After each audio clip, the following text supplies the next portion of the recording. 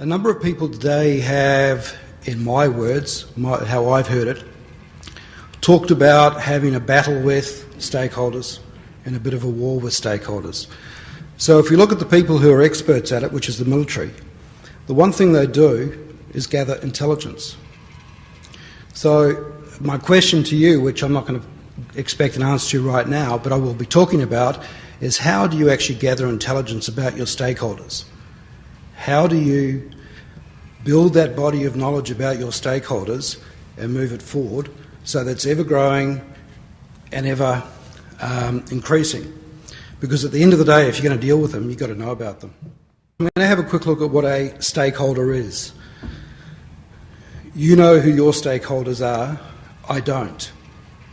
But with a stakeholder, whether it be an individual, whether it be a group, whether it be a government organisation or whatever, if they're an organisation or a body of people, then they have members of that group, members of that organisation.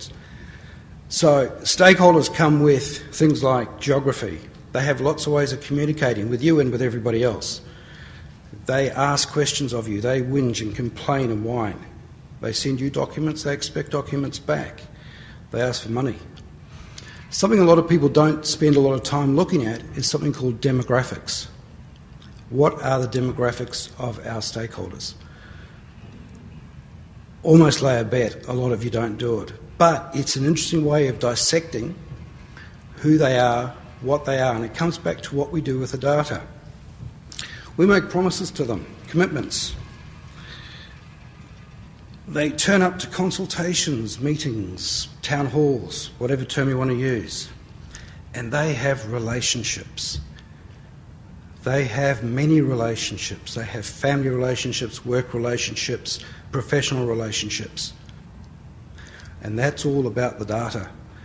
And all of those relationships are important. And if we don't know, then anything can come at us. So understanding who and what our stakeholders are is something we're not spending enough time on. We're not spending enough energy on. We don't know where a stakeholder will pop up next. See, we even have a stakeholder with a BlackBerry in Canada. Not quite in Ontario, but it's close enough. So who are these stakeholders? Who are they having relationships with? I look at this map probably differently to a lot of you. I look at this map as saying I'm an organisation and I have projects all across the United States. And then we can extend that out to other parts of the world. But who do these people know and why do they know them and how are we mapping that? How are we taking a 30,000-foot view of the relationships all of these people have and how does that impact our various other projects? And I'm actually going to give you a couple of examples of some things that came out of a client's office in the last 6 to 8 months. So by tracking and mapping the relationships between stakeholders, and I will harp on about that all day, and understanding where they might come up, what their interests are, etc., we can then start to look at how and where we might expect stakeholders to pop up. So if we have down in San Antonio, Henry, and he has a sister over in Los Angeles, and fracking is one gentleman's beef, it's possible that he may well extend that out to other parts of his family. The important thing is to get high quality data, because at the end of the day, data rules. The military don't spend billions of dollars data mining for the fun of it. They want to know who has relationships with whom. I know because I'm going through the immigration process into the United States at the moment, and it's horrendous what they ask, but it'll go on the records. Prerequisites for utilising stakeholder data. Technology. You need to look at your technology. If you're going to put it out on the cloud, which is quite popular these days for a number of reasons, how's your technology or how's your data actually preserved and how is it protected? What are the databases used and will those databases allow you to do data mining? Will your application provider allow you to do data mining? All very important.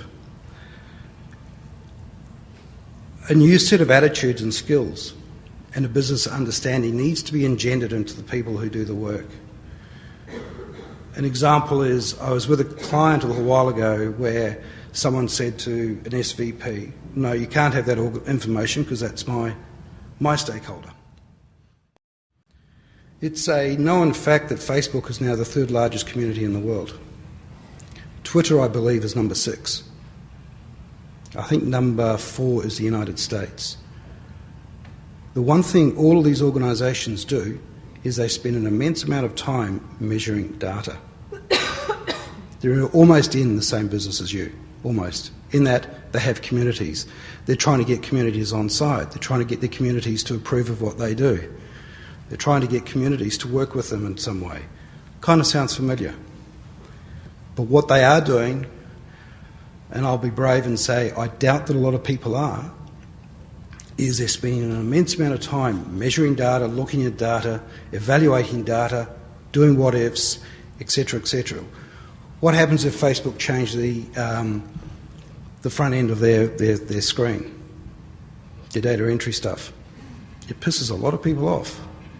And they get told. What happens if you rock into a community and do something without telling them? It pisses a lot of people off. It's kind of similar. But the thing that they do is, and I know, Facebook have got a huge group of people that do nothing but mine data and provide information. I'm not suggesting you need to do that. I'm suggesting, though, that you need to look at the data, mine the data, and do something with it, because that will help you in your business understand who your stakeholders really are. There's been a lot of talk about Twitter and social media. How about a concept of having a database that not only has all of your offline conversations recorded in it, but all of your online conversations? So they can see that Mary, when we spoke to her about fracking, said, oh yeah, great idea. And then she went off on Twitter and said, these bloody bastards are going to start doing fracking in my area. How do you know that? Unless you start to combine the data. So, I know I sound like a broken record. I'm talking about measuring data, I'm talking about data quality, I'm talking about gathering it from every source you can and putting it all together so that you can actually use it as a corporate tool. So, historical data is really interesting. People say to me, I want graphs. I want to see a graph of what happened last year. What for? Give it to the CEO, he's going to look at it and say, gee, that's good, well done.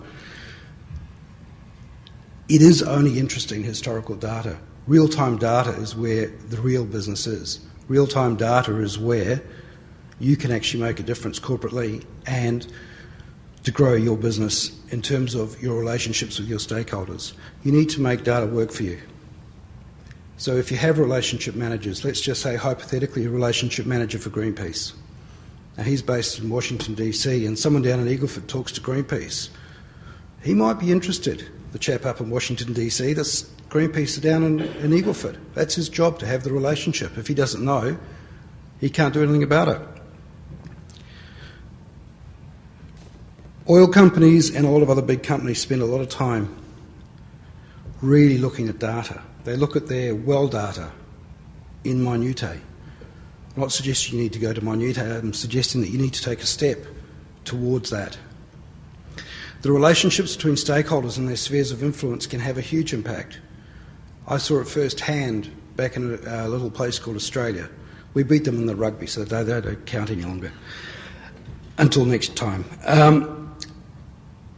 And in that environment, people in the community were putting huge amounts of influence on other people. The city council that was involved didn't understand the relationships between all the people. I had the easy job. I was just recording what everyone said and doing the data entry. It was fun. But we got to work out all the relationships. And we worked out why the City Council didn't get their project through, which they should have got through.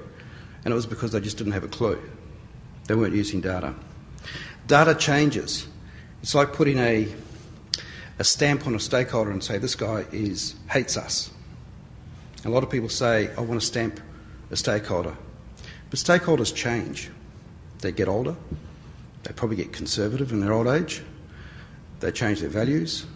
They've got a couple of Porsches in the back garden now, so they're going to be a bit more conservative about the way they do things.